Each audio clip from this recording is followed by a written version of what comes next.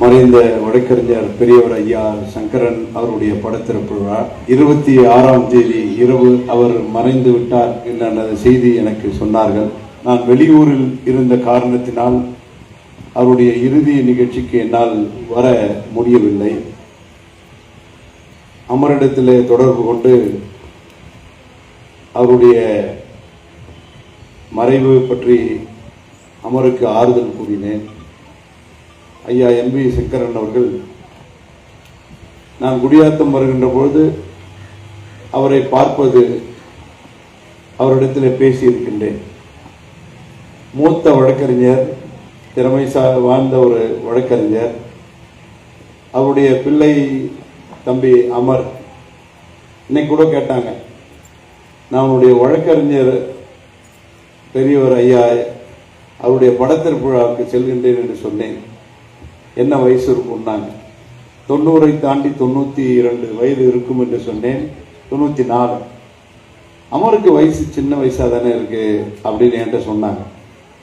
அவருடைய சகோதரிகள் 4 பேர் எனக்கு தெரியாது.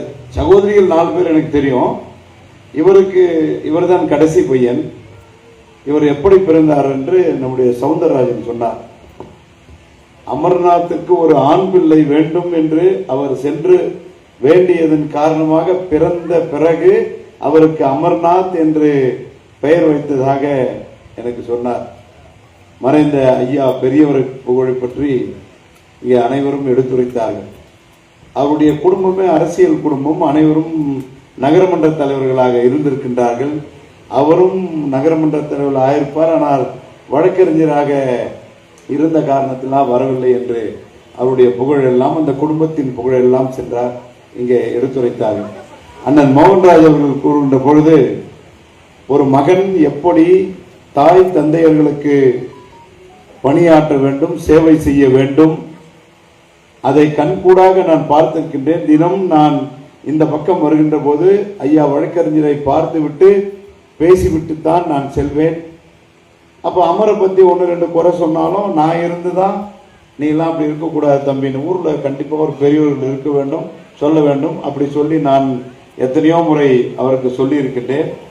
ஆனால் அவர் அவருடைய தாய் தந்தையர்களை பார்த்து கொண்ட விதம் இருக்கின்றதே, அந்த விதம் எனக்கு மிகவும் பிடித்தது. அவர் தன் தாய் தந்தையருக்கு ஆற்றிய பணியெல்லாம் சொன்னார்.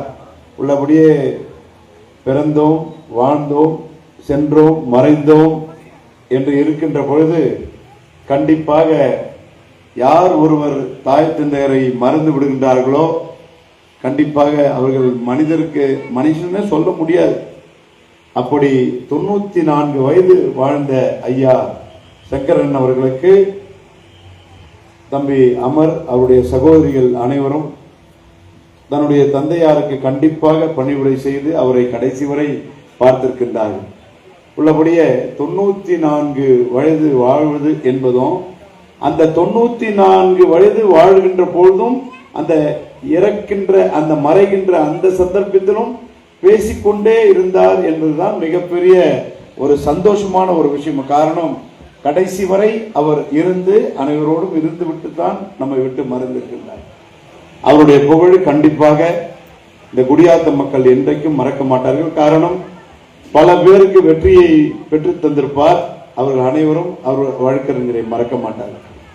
இது அவருடைய குடும்பத்தாருக்கு மிகப்பெரிய ஒரு பெருமை.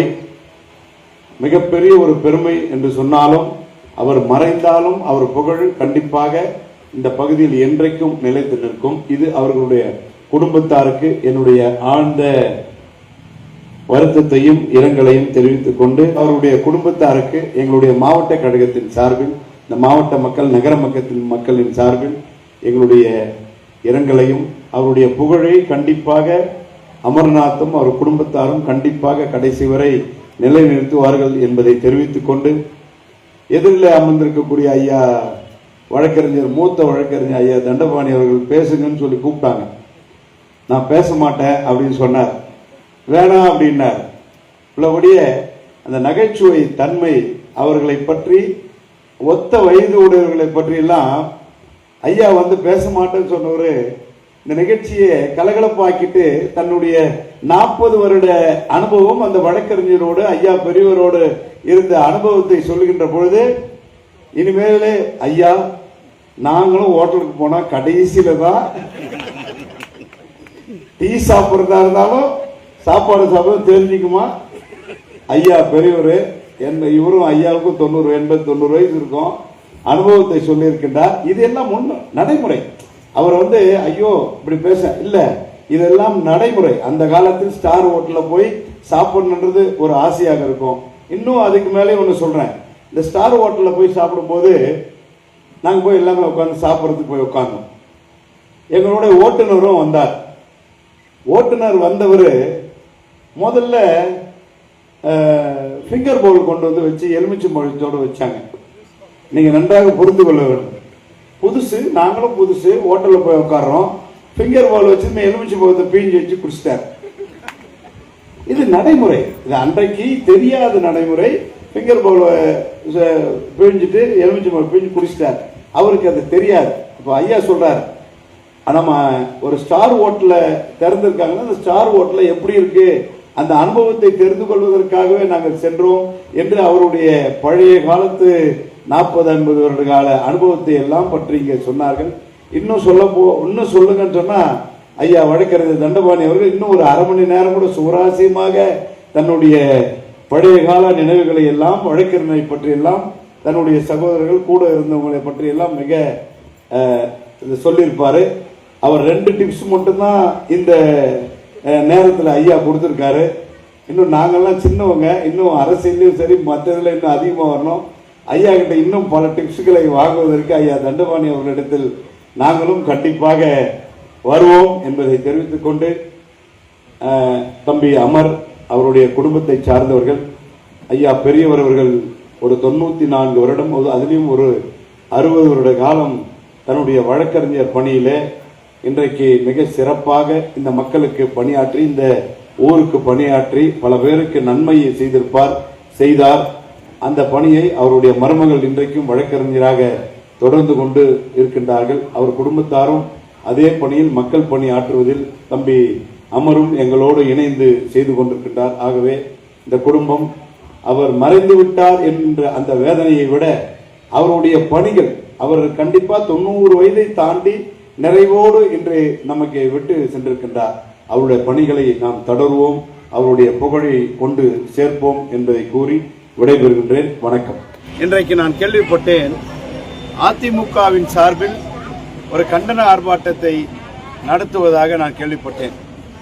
25ஆம் தேதி மாண்புமிகு தமிழ்நாடு முதலமைச்சர் திறந்து வைத்த அந்த மருத்துவமனைக்கு முன்னால் 2 நாட்களுக்கு முன்பாக மாண்புமிகு பொதுப்பணித்துறை அமைச்சர் அண்ணன் ஏவா வேலு அவர்களும் அந்த துறையை சேர்ந்த அமைச்சர் அண்ணன் மா சுப்பிரமணியம் அவர்களும் வருகை தந்து ஆய்வு செய்துவிட்டு அன்றைக்கு பேட்டி தந்தார்கள்.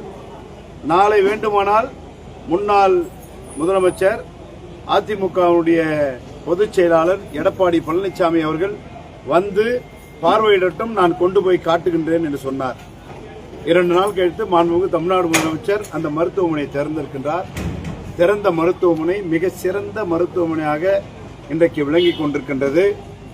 2 தளங்களில இன்றைக்கு மருத்துவர்கள் வைத்தியம் பார்த்துக் கொண்டிருக்கின்றார்கள், பேஷண்ட்டும் போறாங்க. ஆனால் இவர்கள் இதை திசை திருப்புவதற்காக ஒரு ஆர்ப்பாட்டம் என்று நடத்துகின்றார்கள்.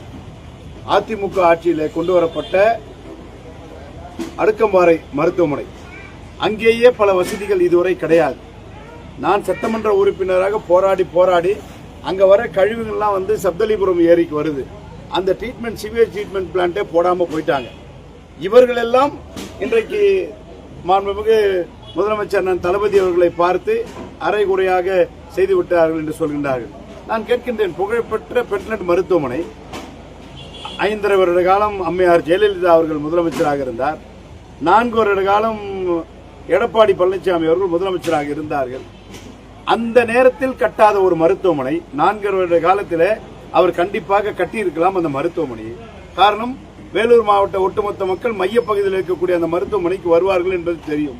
அவர்கள் செய்யாததை மாண்புமிகு தமிழ்நாடு முதலமைச்சர் 2021 முதலமைச்சராக பொறுப்பேற்ற பிறகு 198 கோடி ரூபாய் ஒதுக்கி ஒதுக்கிவிட்டு செல்லவில்லை. ஒதுக்கி அதற்குண்டான டெண்டர் விட்டு 7 அடுக்கு மாடியாக இன்றைக்கு நின்று கொண்டிருக்கின்றது. இன்னைக்கு படிப்படியா 7 தளங்களிலும் மருத்துவர்கள் வைத்தியம் பார்ப்பார்கள். திசை திருப்புவதற்காக இன்றைக்கு ஆர்ப்பாட்டம் என்று நடத்தி கொண்டிருக்கின்றார்கள். வேணும்னா ஆர்ப்பாட்டம் நடத்துறதுக்கு யார் தலைமையோ அவங்க வந்தாங்கன்னு சொன்னா அந்த ஹாஸ்பிட்டல் எப்படி நடக்குதுன்னு கூட்டு போய் நானும் ஒரு சட்டமன்ற உறுப்பினர் வாங்க கூட்டு போய் காட்டுறேன். மக்கள் இன்றைக்கு நம்ப மாட்டார்கள். காரணம், கொண்டு வந்தது திமுக அரசு, தலைவர் தளபதி.